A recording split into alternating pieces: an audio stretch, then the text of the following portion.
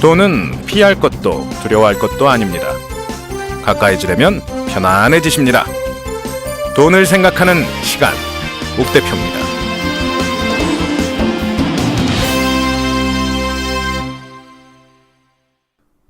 네, 안녕하십니까. 옥대표입니다. 사실 지금은 안녕하냐고 여쭙는 것도 죄송한 시절이 돼버렸습니다.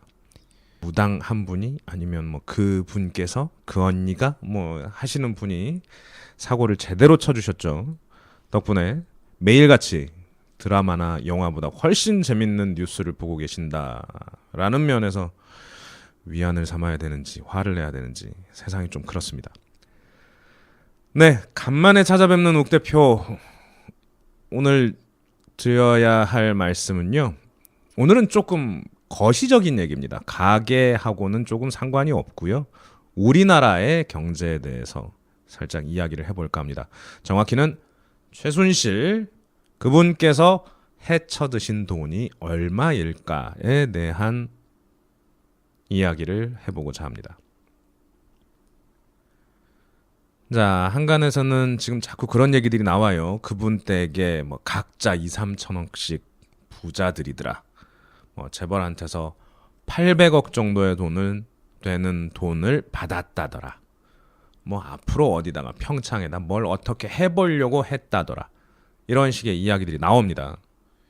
문화융성 사업 뭐 이런 얘기를 들어가면서 문체부에서 무언가를 하려고 하는데 이걸 한쪽으로 몰아주면서 이 사람이 또 얼마를 해먹었다더라. 이런 얘기들이 나옵니다.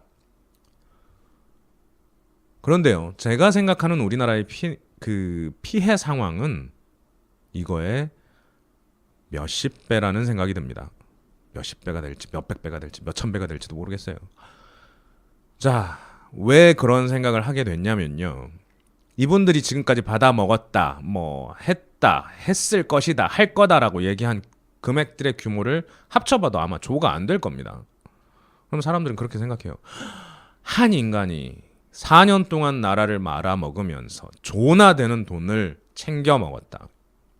엄청나게 나쁜 사람이구나. 우리는 왜 그런 사람을 뽑았을까? 우리는 왜 몰랐을까? 이렇게 이제 스스로를 한탄하고 있는 상황이라는 거죠. 근데 제가 더 걱정하고 있는 것은 앞으로의 우리나라는 어떻게 될 것인가라는 부분입니다. 세계 금융시장에서 한국 주식시장을 이야기할 때 이르는 용어가 하나 있습니다. 코리아 디스카운트라는 말이 있어요. 한국 할인, 뭐 한국말로 표현하면 딱 이거죠. 근데 이게 무슨 말이냐면 똑같은 회사가 있다 치고 이 회사가 미국 회사라면 1,000원짜리인데 이게 한국 회사라면 700~800원만 주자. 이게 코리아 디스카운트입니다. 왜? 거기는 분단 국가니까. 전쟁 날 수도 있으니까. 이게 디스카운트였어요.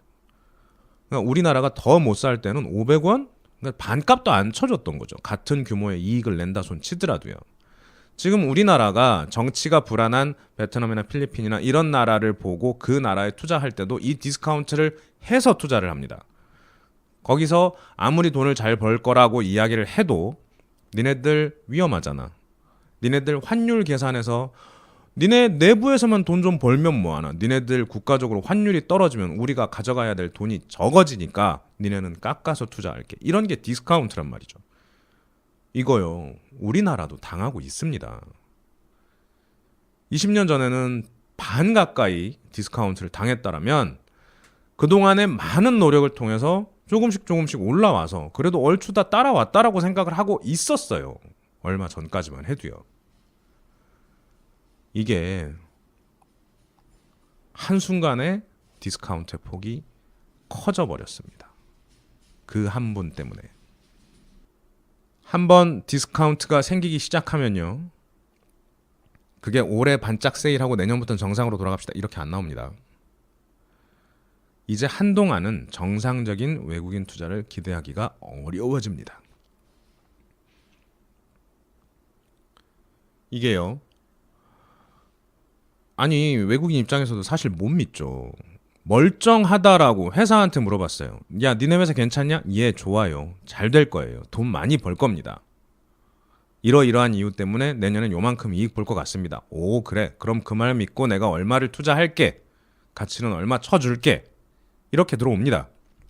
그런데 이걸 이제 믿을 수가 없다는 거죠. 야, 그럼 뭐하냐? 니네 저 위에 계신 언니가 휙 정책을 바꿔버리면 니네 그 산업 없어질 수도 있잖아. 아니면 그 회사 니네가 지금 다 따왔다고 생각하는 그 산업이 다른 회사로 갈 수도 있잖아. 한 사람 말에 의해 다 바뀌더만. 그럼 니네가 어떻게 수주했다고 말을 해. 돼봐야 아는 거지. 그러니까 디스카운트. 이게 돼버린 겁니다. 멀쩡하게 사업을 해오시던 분들 입장에서는 미치고 환장할 일이죠. 자, 이번에 재벌들한테서 800억 정도를 뜯었대요. 그러면 그 재벌들은 그 800억을 어떤 항목으로 지출을 했을까요? 접대비로 했을까요? 회의비로 했을까요? 기부금? 회계장부에 지금 현재 잡혀 있지도 않답니다. 말이 됩니까? 비용을 쓴 적이 없대요. 돈은 나갔는데. 장부가 빵꾼 거지. 이중 장부인 거지. 뭐 오너가 뭐 자기 주머니에서 내놨다라는 증빙이라도 되면 다행인데 뭐 어떤 돈으로 나갔는지 모른다는 겁니다. 그럼 밖에서 투자자들이 보기에는 어떻게 느끼겠냐고요. 야, 저기는 이유 없이 그 돈이 어딘가에 사라지는 이상한 회사구나. 뽀록이 난 겁니다, 이제. 회사에선 그렇게 얘기할 수도 있습니다. 아이, 왜 이러세요? 저희가 800억 준 거는요, 나중에 한 8천억으로 돌려받으려고 투자한 겁니다. 이것도 쓰레기 같은 얘기잖아요. 말이 안 되는 얘기잖아요. 이런 이유 때문에 결국 코리아 디스카운트가 생길 수밖에 없습니다. 외국인들이 보기에 이제는 더 이상 한국 기업은 1,000원짜리를 1,000원짜리로 보지 않고 800원, 700원, 600원으로 내려가게 된다는 거죠. 더더군다나 그분들, 그 외국인 투자자들 머릿속엔 그런 관념이 머리에 박히게 됩니다. 내성이 쌓입니다. 이놈의 한국은 겉으로 보기에 멀쩡해져도 언제 사고 칠지 모르니 불안해 라는 생각이 쌓여 있을 수도 있습니다. 그렇게만 되면, 예를 들면 우리나라가 전체 시가총액이 뭐 1,000몇백조 되는 코스피 시장의 실제 시가총액이 이제 조금씩 내려가가지고 주가 빠지면서 또 몇백조가 날아가 버렸다. 오, 이게 디스카운트의 결과구나. 여기서 끝나면 그나마 다행이죠. 주가만 빠졌으면 다행입니다. 주가가 빠졌다라는 게 무엇을 의미하냐면요, 여기에 투자한 사람들의 재산이 다 조금씩은 줄었다는 걸 뜻합니다. 여러분의 돈도 줄었다는 걸 이야기하는 거죠. 더 안 좋은 건요, 이렇게 줄어들었어요. 회사가 재산이 줄어들었어. 지금처럼 뭐 사업할 수 없으니 또 다른 신규 사업을 해봅시다. 난 새로운 투자가 필요해요 라고 기업들이 얘기할 수 있죠. 다른 신산업을 뛰어들려면. 그럼 이 회사들은 어떻게 그 돈을 구할까요? 지금까지 1,000원 벌어놨으니 이 돈 가지고 신규 사업 할게요. 이게 딱 맞아 떨어지면 다행인데, 지금까지 벌어놓은 건 1,000원인데 이 사업 하려면 10,000원쯤 드는데, 그럼 난 9,000원을 밖에서 빌려볼랍니다. 이렇게 얘기를 하게 됩니다. 근데 뭐 회사 가치가 벌써 몇만 원짜리 회사예요. 그럼 9,000원 빌릴 수 있겠죠. 그런데 이 코리아 디스카운트 효과로, 야, 니네 뭐 겉으로 보이는 주가는 그렇다 치고 니네 회사 가치 솔직히 그만큼 안 되잖아. 어떻게 한국에 있는 나라가 이 돈을 빌리러 왔어? 나 너한테 안 빌려줘 라고 하는 외국 기업들이 늘어나면 돈 빌리기가 어려워집니다. 자금을 조달할 수 있는 규모가 줄어들고 자금을 조달하는 데 들어가는 비용이 늘어납니다. 그러니까 더 많은 이자를 줘야 된다는 거죠. 아니, 금리가 바닥인데 이자를 더 싫으면 마세요. 그냥 가세요 라고 한다는 겁니다. 그럼 이제 기업들이 자금을 빌리는데도 무리가 옵니다. 뭐 당장 그렇다는 얘기는 아닙니다. 지난 몇 년간 우리나라 기업들은 사내 유보금들을 많이 쌓아왔습니다. 돈을 많이 벌어도 직원들한테 많이 주지도 않았고요. 주주들한테 풀지도 않았고요. 어딘가에 투자를 하지도 않았습니다. 그냥 주머니에 들고만 있었습니다. 아직 어디에 투자할지 명확하지 않다라는 이유로 말이죠. 자기네들이 사양산업화가 되어가고 있음에도 불구하고 돈만 꼭 쥐고 있는 회사들이 꽤 많았습니다. 이제 그런 회사들이 자기 돈을 소진하고 나서 자금을 구할 때는 문제가 생길 수도 있다는 이야기를 드리는 겁니다. 이해가 좀 되시나요? 이제 우리나라는 코리아 디스카운트로 인해서 실질적으로 숫자에서 나오는 가격이 내려감이라는 게 있고요. 한동안은 그 내려간 가격이 올라가기도 쉽지 않을 수 있고요. 내려감으로 인해서 생기는 자금 조달의 문제, 새로운 경제 성장 동력을 찾는데 활력이 떨어지는 문제가 있게 된다는 이야기입니다. 이게 다 거짓말한 그 한 분 때문에 일어난 일들입니다. 임금님, 뭐죠? 늑대가 나타났다. 양치기 소년이 돼버린 한국을 이제 해외에 있는 투자자들이 어떻게 받아들여 줄지 전 상당히 걱정이 됩니다. 아직은 밝혀진 게 없고요. 의혹 단계인 것들이 많아서 제가 지금부터 드리는 말씀이 맞다라는 이야기는 아닙니다. 지금 현 정부에 들어서 이슈들 몇 가지 말씀드려보겠습니다. 우선 세월호 사건이 있었고요. 개성공단 폐쇄 있었고요. 해운 회사들에 대한 구조조정 진행 중이죠. 평창올림픽 준비 과정에서 잡음 많이 들리고 있습니다. 사드 배치와 정권 초기에 있었던 차세대 전투기 교체, F-15에서 F-35로 바뀐 이런 문제들이 있었죠. 이 과정들에 농단이 있었다라는 의혹들이 나오고 있는데 이게 경제적으로 따져보아도 세월호는 1년간 국내 내수 관광 산업을 위축시켰습니다. 개성공단 그 안에 있던 공장과 직원들과 이런 분들 다 날렸죠. 재산 다 잃었고요. 직업 다 잃었고 그 공장의 소유주분들은 지금도 집회를 이어가고 있는 상황입니다.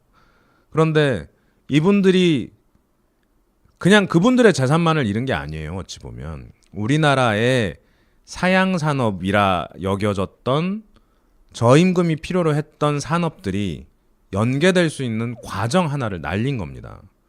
개성공단에서 자기 공장을 잃어버리신 분들이 어디 다시 또 울란바토르 뭐 이런 데 가셔가지고 재기하시는 분들 소수 있습니다. 나머지 분들은 사업을 접었어요. 현재 우리가 뭐 어떤 회사를 다니고 있던 간에 이 다니고 있는 회사가 힘들어지면 요 다음엔 더 인건비가 싼 데로, 요 다음엔 여건이 더 좋은 데로 이렇게 옮겨가면서 자기 업을 지키고 오시던 분들입니다. 그분들이 일순간에 날아가 버린 것들이 있죠. 물론 통일 안보라는 면에서도 손해를 많이 봤습니다. 통일과의 거리는 멀어졌고 안보에 들어가는 비용은 커졌고요. 모르겠습니다. 이것도 뭐 무기 도입을 위한 사전 포석이었는지는 잘 모르겠는데 어쨌든 덕분에 직접적으로 돈을 날린 분들은 개성공단에 계셨던 분들이고 간접적으로 피해를 보는 건 우리들까지 피해를 보고 있는 것 같습니다. 해운회사 날라갔죠. 한 회사는 날라갔고요. 한 회사는 지금도 직원들을 구조조정하고 있습니다. 구조조정 되신 분들은 어떻게 드릴 말씀이 없습니다. 예전에 한 정치인이 그런 얘기를 했어요. 해고는 살인이라는 얘기를 했어요. 많은 살인이 일어나고 있고요. 지금도 전 세계에 떠 있는 배에 화물을 지키고 계신 분들이 있습니다. 그분들이 지키고 있는 배에 실려 있는 화물들 또한 대책 없이 방치되고 있고요. 그 화물을 받지 못해 생업을 접어야 하시는 분들도 지금도 많이 있습니다. 평창올림픽 힘들어하는 강원도 관광산업의 새로운 틀을 잡을 수 있는 100년 대계라고 불리우던 사업이었습니다. 지금 덕분에 아주 볼만해졌습니다. 무슨 생각으로 그 일들이 일어났는지 믿기 어려운 상태입니다. 강원도에 대한 이미지도 좋을 수는 없겠죠. 이 다음 정권 누가 어떻게 들어온다 하더라도 평창 올림픽에 대한 적극적인 지원과 후속 사업이 잘 이루어지리라 장담하기 어려워졌습니다. 설악산 케이블카부터 시작해서 환경에 대한 문제까지도 입맛대로 본인들의 사소한 개인의 사익 때문에 국익을 날려버린 경우가 되어버렸습니다. 이렇게 대여섯 가지의 몇 가지의 소재에 의해서 날아간 돈만 그 사람들은 몇백억 몇천억을 챙겼을지 몰라도 앞으로 우리가 피해를 봐야 되고 우리가 대신 더 어렵게 만들어야 하는 돈의 규모는 감당할 수 없을 만큼 큰 규모입니다.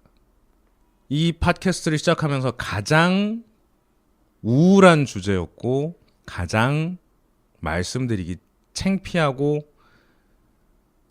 굳이 알아야 될까 싶은 내용이기도 합니다. 그런데요, 돈을 생각한다라는 것이 번다라는 것이 아니라 생각한다라는 것이 나를 위해, 내 후대를 위해, 우리나라를 위해, 우리 이웃을 위해 조금이라도 도움이 됐으면 하는 바람에서 시작을 했던 팟캐스트였던 만큼 이번 건에 대해서도 솔직하게 말씀드리는 게 맞겠다 싶어서 제가 아는 선에서, 제가 생각하는 선에서 한국이 입게 될 경제적 피해에 대해 말씀드려봤습니다. 우울한 소식 여기까지만 전하고 물러가겠습니다. 다음번에는 꼭 더 밝은 이야기로 다시 찾아뵙도록 하겠습니다. 감사합니다.